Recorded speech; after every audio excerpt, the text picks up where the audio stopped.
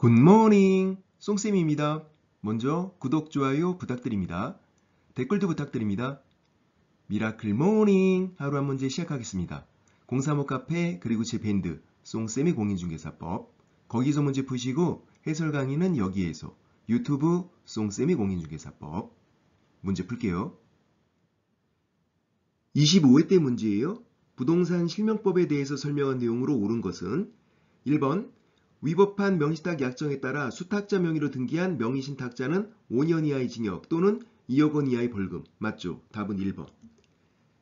신탁자는 5년 2억, 수탁자는 3년 1억, 명의신탁 자체를 처벌하는 거.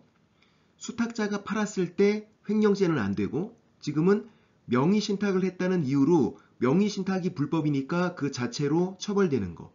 신탁자 5년 2억, 수탁자는 3년 1억. 신탁자가 두 번이나 정답으로 나왔어요. 1번 맞고요. 답은 1번. 2번 무효인 명의신탁 약정에 따라서 수탁자 명의로 등기한 명의신탁자에게 해당 부동산 가액이 100분의 30에 해당하는 확정 금액이 과징금을 부과한다. 신탁자가 과징금을 부과받는 건 맞지만 확정 금액은 아니에요. 100분의 30, 30%에 해당하는 금액의 범위 안에서 이렇게 해야지. 100분의 30, 30%에 해당하는 확정 금액, 그게 틀린 거다. 100분의 30, 30%에 해당하는 금액의 범위 안에서. 2번 틀렸고. 3번 위법한 명의신탁 약정의 신탁자라도 이미 실명 등기를 했을 경우에 과징금을 부과하지 않는다. 틀렸죠. 과징금은 실명 등기랑 상관없이 신탁자에게 부과하는 거예요. 과징금은 이행강제금이 실명 등기를 했을 때 부과하지 않는 거죠. 실명 등기를 하지 않으면 부과하는 게 이행강제금이니까 과징금은 실명 등기랑 상관없이 신탁자에게 부과하는 거다. 100분의 30에 해당하는 금액이 범위 안에서 과징금을.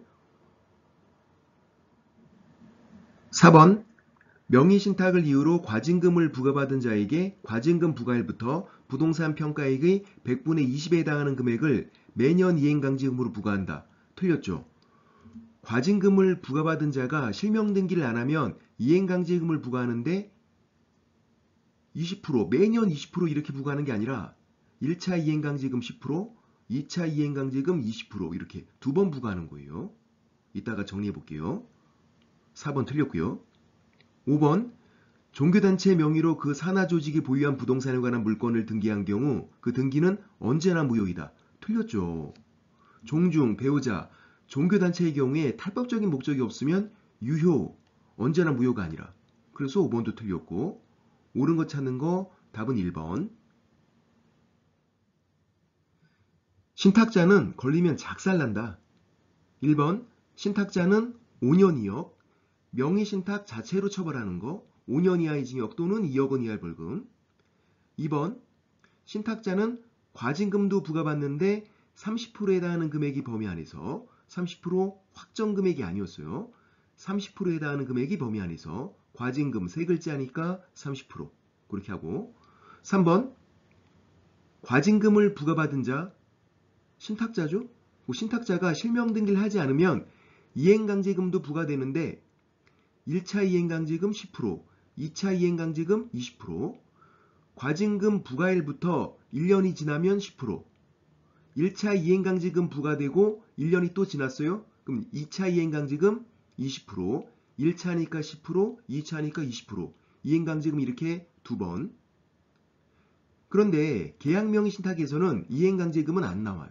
왜냐하면 신탁자가 소유권 취득이 안 되니까 실명 등기를 못 해요. 실명 등기를 못 하는데 이행강제금 말이 안 되지. 이행강제금은 실명 등기를 안 했을 때 부과되는 거다. 근데 계약명의 신탁에서는 신탁자가 소유권 취득이 안 되니까 실명 등기를 못 하는 사람 이행강제금 안 나온다. 계약명의 신탁에서는 5년 이어 그리고 과징금까지만. 2자간, 3자간 등기명의 신탁에서는 5년 이어 과징금, 이행강제금 세 가지가 다 나오는 거고. 오늘은 여기까지. 쏭빠!